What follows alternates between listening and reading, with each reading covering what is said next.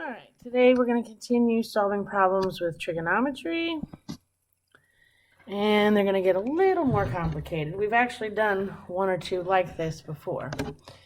Alright, so it says, from the top of a 100-foot tall Altgelt hall, a man observes a car moving toward the building. If the angle of depression of the car changes from 22 degrees to 46 degrees during the period of observation, how far does the car travel? Okay, so he was up here, he looked at the blue car, and he measured his angle of elevation to be 22 degrees. Remember, alternate interior angles, that means this angle is 22 degrees. Then the car went forward. I don't know how it changed colors, but he went forward a ways, and then he measured again. And that angle of elevation was 46 degrees. So again, alternate interior angles are equal. And then we want to figure out how far did the car move in between those two angles of elevation, or depression, sorry. So what you do is you're ultimately trying to figure out this. Well, if I look at this great big red triangle, all right, I know the angle, I know opposite, and I kind of sort of know the base, okay, or the adjacent.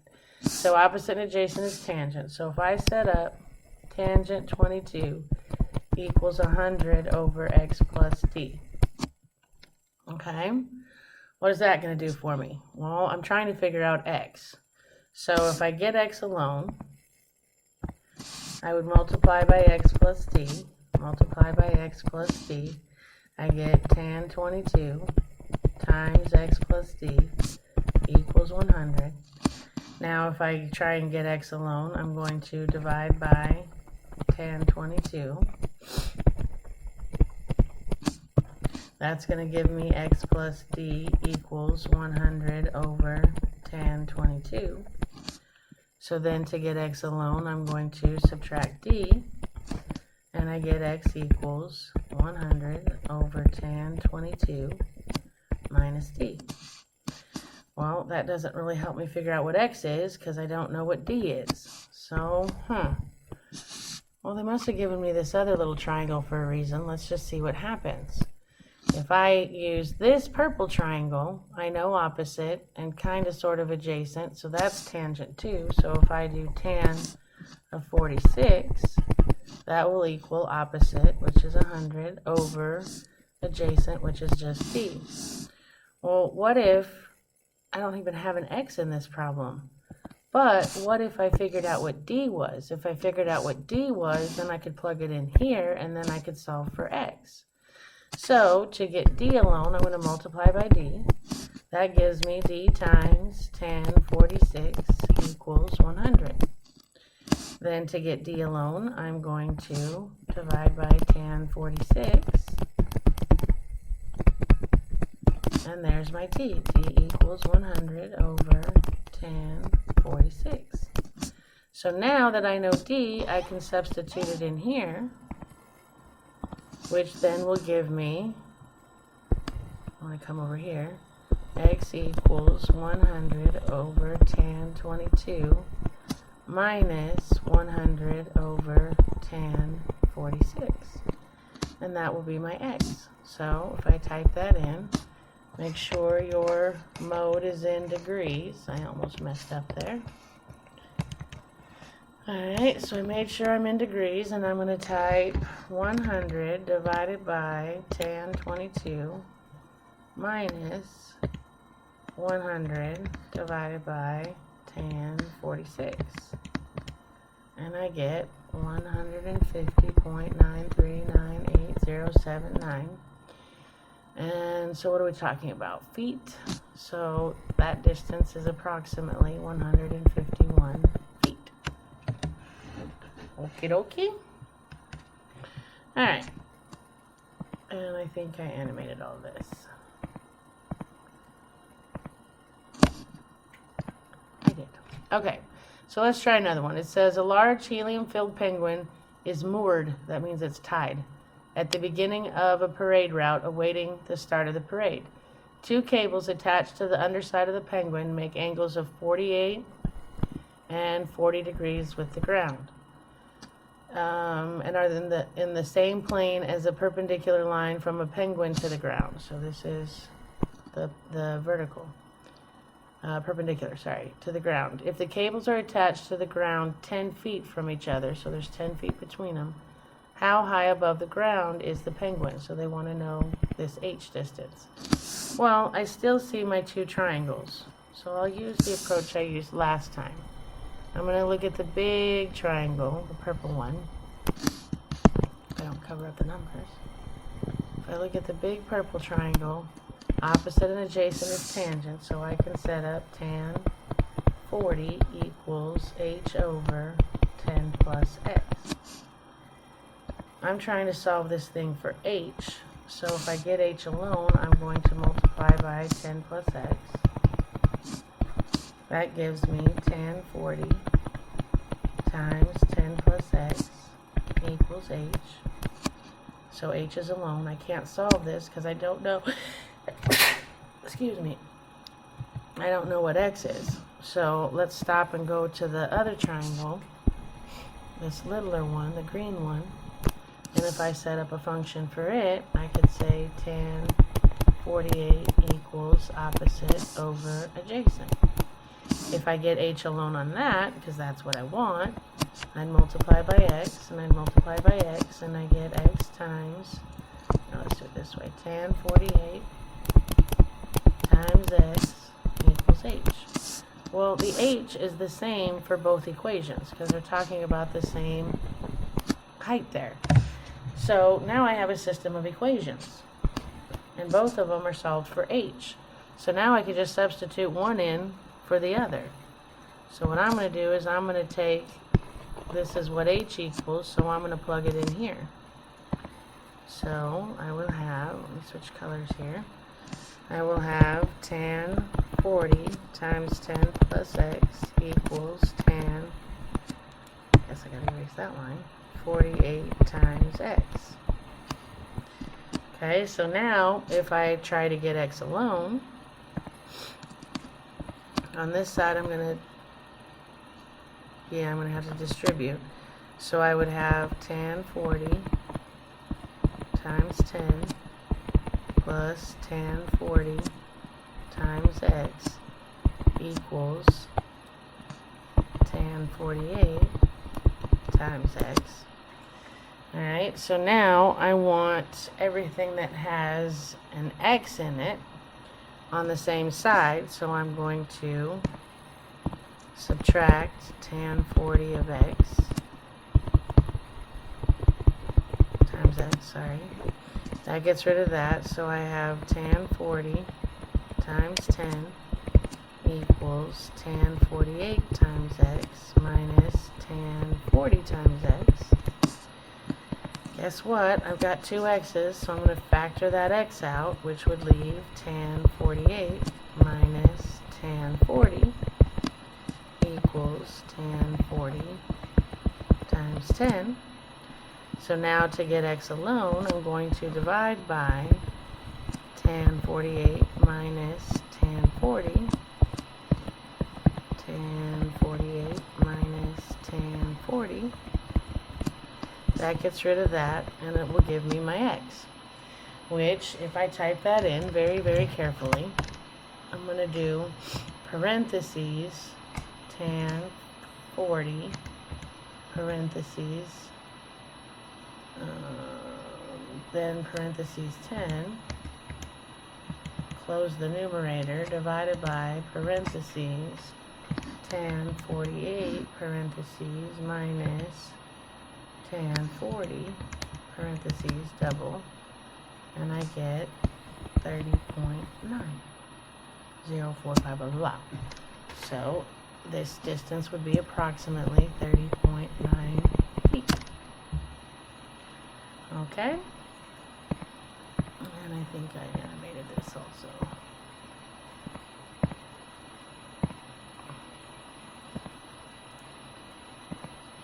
Yep, there we go.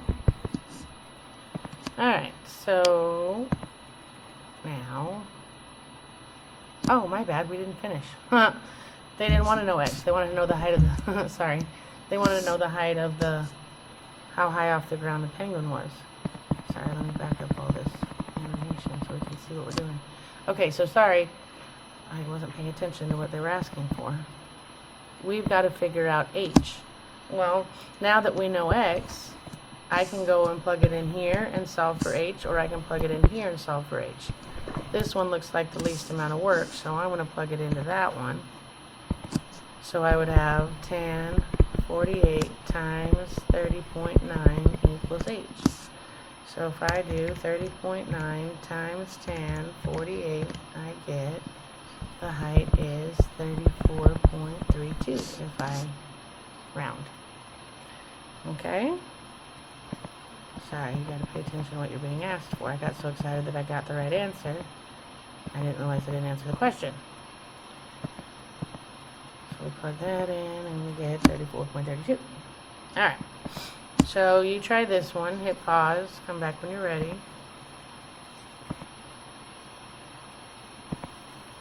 And hopefully you got 300.62 feet. Alright, it says a person is watching a car from the top of the building. The car is traveling on a straight road directly toward the building. This will be my building.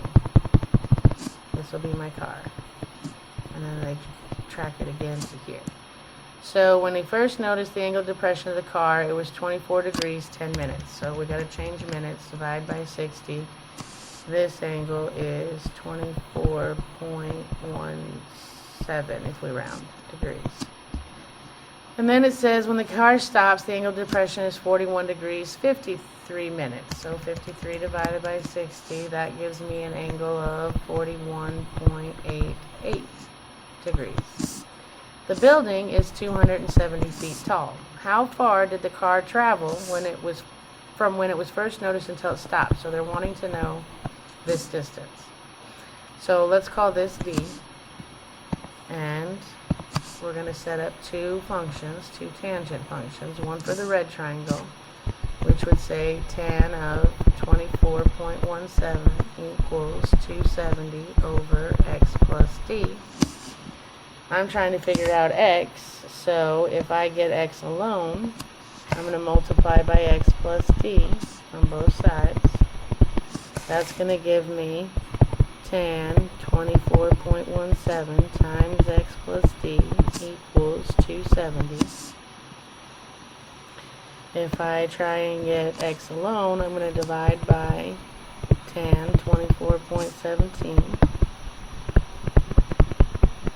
which gives me x plus d equals 270 over tan of 24.17. Subtract d,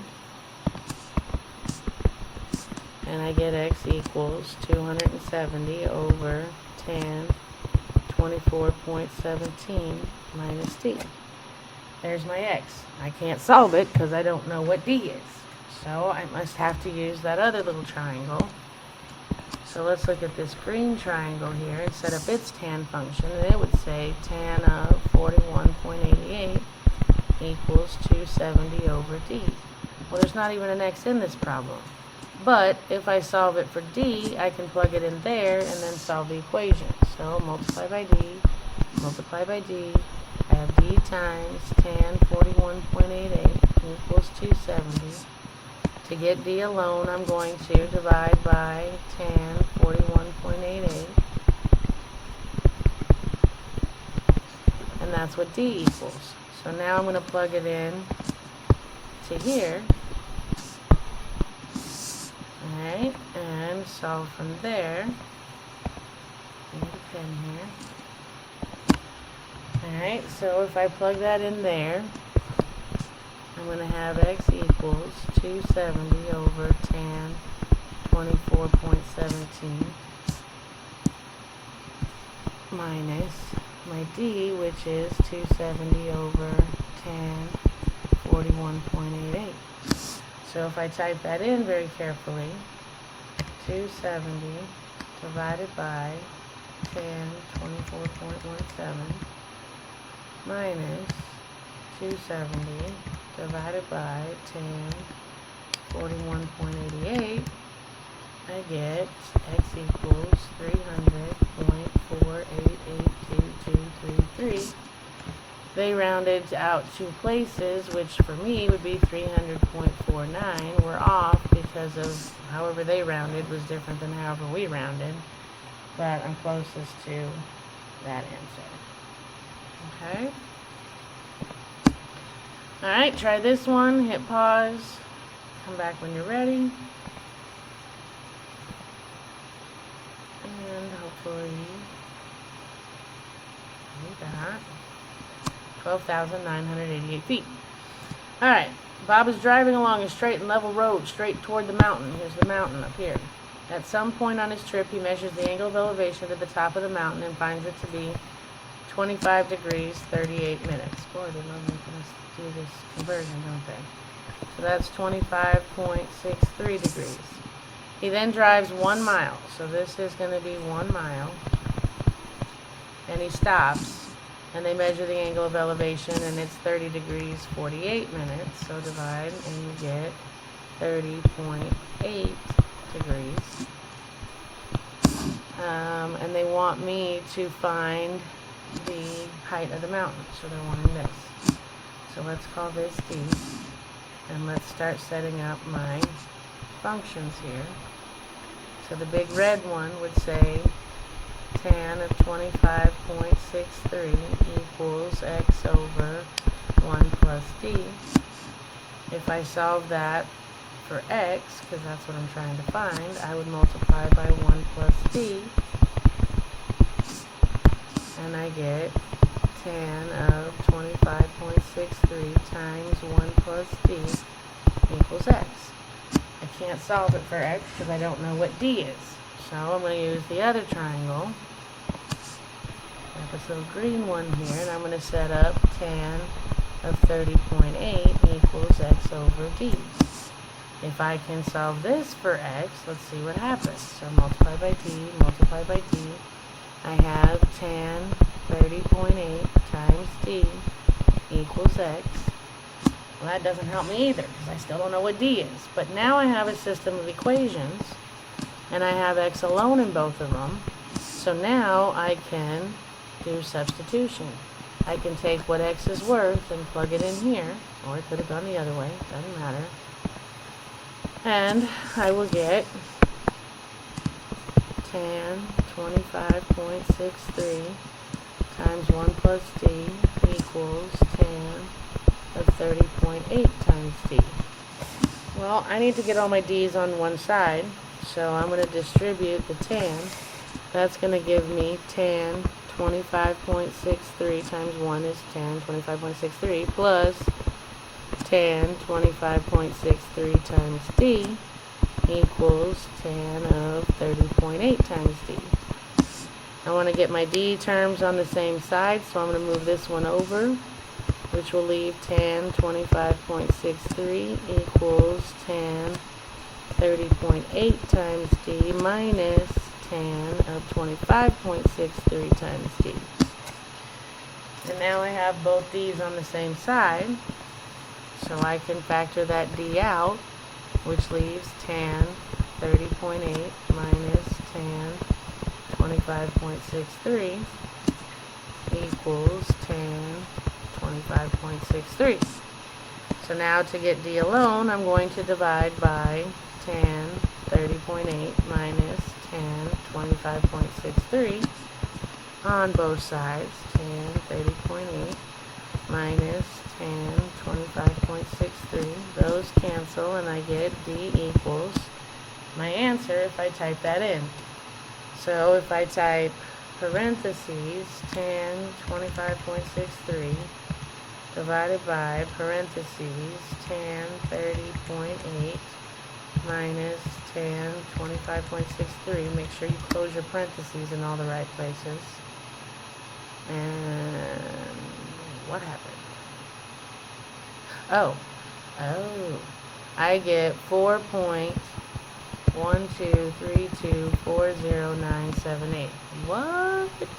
Then why is 12,988 feet my answer? Well, because remember, my dimensions are in miles. Okay, so I need to convert this. That distance is in miles. I need to convert it to feet. So to go from miles to feet, I got to multiply by 5,280 feet. So times 5280, and I get not the right answer. What the heck am I doing? I got 21,000.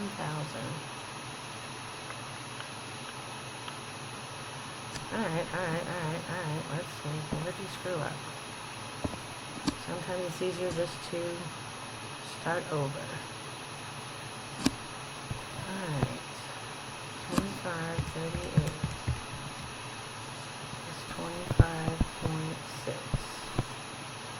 30.4. 48 divided by 60 is 30.8.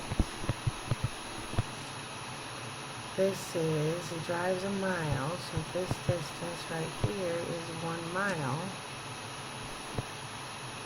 And this will be, we don't know, and they want us to figure out the height of the mountain. Okay, so what did I do? I'm going to have a big triangle. I'm going to have tan 25.6 equals x over 1 plus d.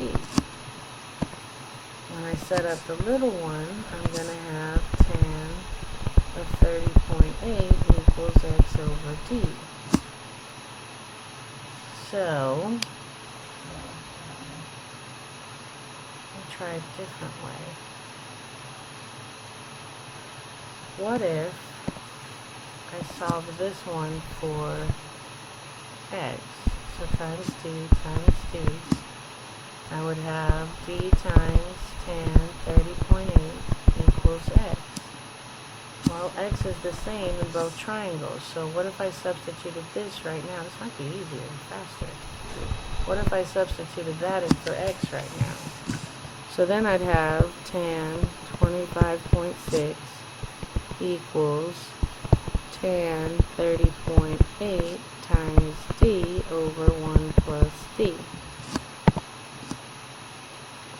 25.6, right? Okay, so now let's see if we can't get d alone.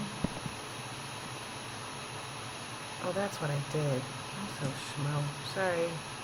Shouldn't do this at 4:30 in the morning. Alright. Sorry, what we found was d. I didn't plug it back in to find x. That's where we screwed up. Alright, so at any rate, if I multiply by 1 plus d, that cancels. I get, I'm going to go ahead and distribute this. So I'm going to get tan of 25.6 plus tan of 25.6 times d equals tan of 30.8d. I want my d's on the same side, so I'm going to move that over. That's going to give me tan 25.6 equals tan 30.8 times d minus tan 25.6d. Factor out my d. That gives me tan 30.8 minus tan 25.6. Get d alone, divide by, so exactly what we ended up doing last time, but both sides. I ain't writing all this out every time. Cancels that, and d equals, you're going to get the same thing, the 4.123 miles.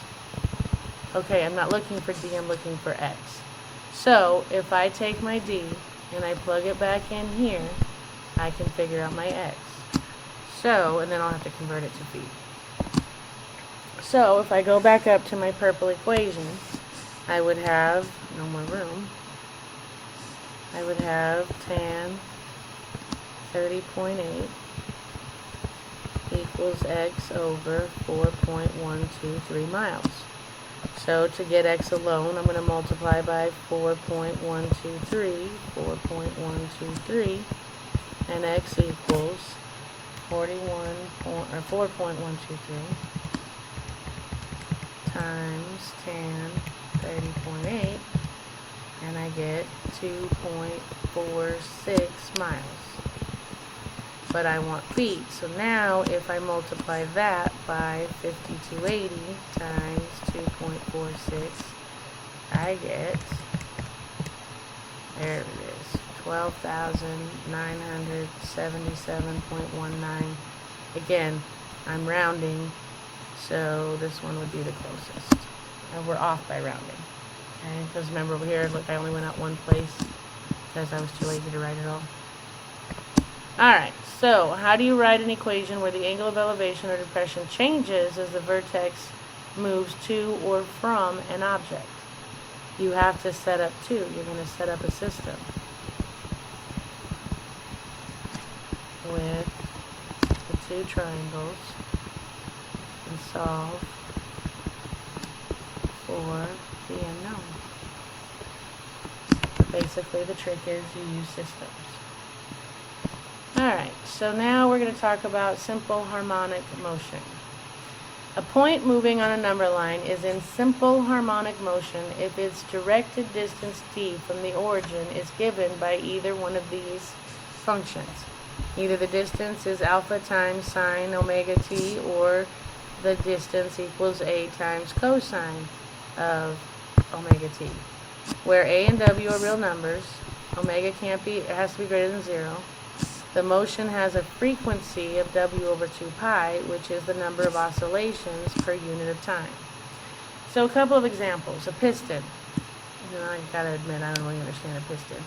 But a piston, this thing travels in a circle, and somehow this traveling in a circle makes the piston go up and down and makes your motor go. Causes it to fire and go. That's about the extent of my mechanical aptitude. But this is simple harmonic motion. Okay, so the better one that is probably easier to grasp is a spring or a mass oscillating up and down on the bottom of the spring. Okay, see here it's at all the way at the top. Okay, it can stretch down this far, and 0 would be in the middle. Okay, so this thing goes up 5 and down 5 and up 5 and down 5, and it keeps bouncing back and forth. That's simple harmonic motion. Okay, so it says in a mechanical linkage like the one shown in 4.94, a wheel with an 8 centimeter radius turns with an angular velocity of 8 pi radians per second. It says what is the frequency of the piston and what is the distance from the starting position, t equals 0, exactly 3.45 seconds after starting. Well, the first thing we're going to do is set up our equation, which would be d equals 8 cosine of 8 pi t. This 8 is because the wheel has an 8 centimeter radius. Okay, so its amplitude is this thing goes up 8 and then comes down 8, and then goes up 8 and then comes down 8. So that's basically its amplitude. Okay, and then we're using cosine, and then we've got 8 pi t, because this omega right there represents the angular velocity. So I changed omega to 8 pi. And then t, of course, is our time. So now we have to find the frequency of the piston. Well, the frequency is omega over, let's see, back up, sorry. Your frequency is omega over 2 pi. Should have put that on there.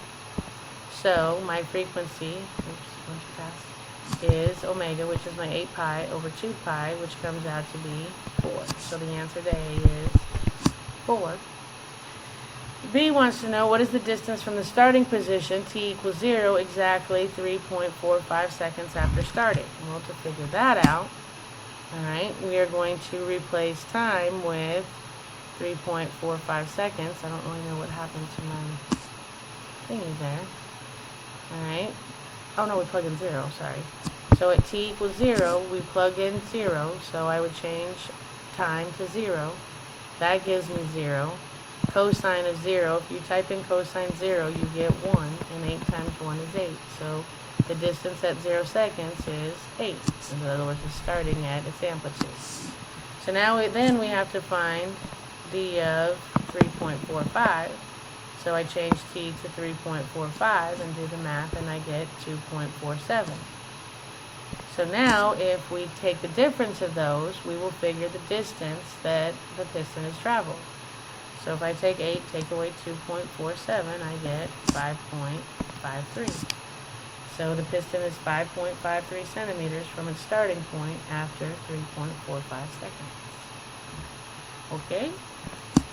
Alright, so let's look at this one. It says a mass oscillating up and down on the bottom of a spring, assuming perfect elasticity and no friction or air resistance, can be modeled as harmonic motion. If the weight is displaced a maximum of 5 centimeters, find the modeling equation if it takes 2 seconds to complete one cycle.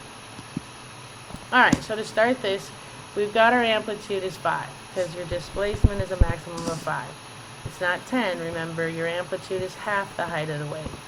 Yeah, the whole height would be 10, but your amplitude is only half of the height of the wave. So my amplitude is 5. Okay, it takes 2 seconds to complete a cycle. So the period is 2, which means the frequency is the reciprocal of that, which is 1/2. So if we take our omega over 2 pi, okay, to figure out our omega, the frequency has, your frequency equals omega over 2 pi. So I can set up an equation that's saying omega over 2 pi equals my frequency, which is 1/2. And then I solve, that would give me 2w equals 2 pi. Alright, to get omega alone, divide by 2, and omega equals pi. Okay, so now we've got my amplitude, and I've got my omega. So plug it in, and I have d equals 5. Since your piston here is starting at 0, so we're using sine. So I have 5 for my amplitude, sine of my omega is pi, so pi t. There's your model for that spring, for that simple harmonic motion. Alright, so you try one, hit pause, come back when you're ready.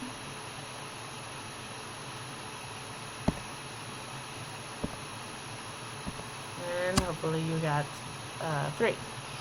Write the equation that describes the simple harmonic motion of a particle moving uniformly around a circle of radius 7 with a linear speed of 5 units. So you've got a radius of 7, which means a diameter of 14, but your amplitude is half of the 14, which is 7. So there's your amplitude. If they give you angular speed, they're giving you omega, so that goes there, and you can either write cosine or sine. Alright, try this one. Hit pause, come back when you're ready. And hopefully you got 2. Alright, a weight attached to a spring is pulled down 8 inches. So they pull it down 8 inches, which makes my amplitude negative 8.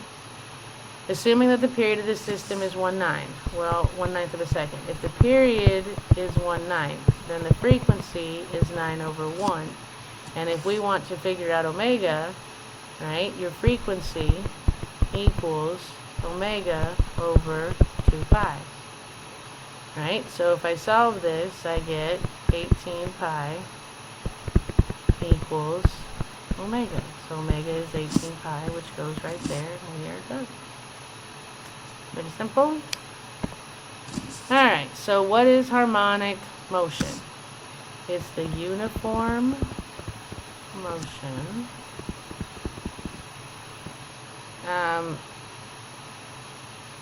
I would read I can't really describe it in my own words. I would probably go back and get, hold on, it's not going to let me back up very fast. Come on.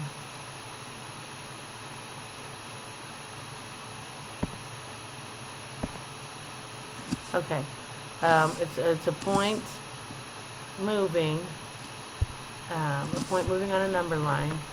A simple harmonic motion if its directed distance d from the origin is given either by this or this. Okay? I don't know how to describe it in my own words. I don't know, like a repeating motion? I mean, like this piston does nothing its whole life but go round and round and pump it in and out. This spring is going to go boing, boing, boing, boing, boing. So it's almost like a repeating motion. Alright.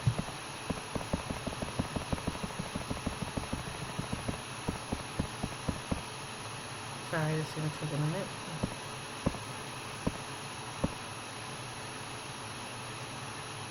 Come on. Alright, so describe that. We are at homework, so happy homeworking. And I will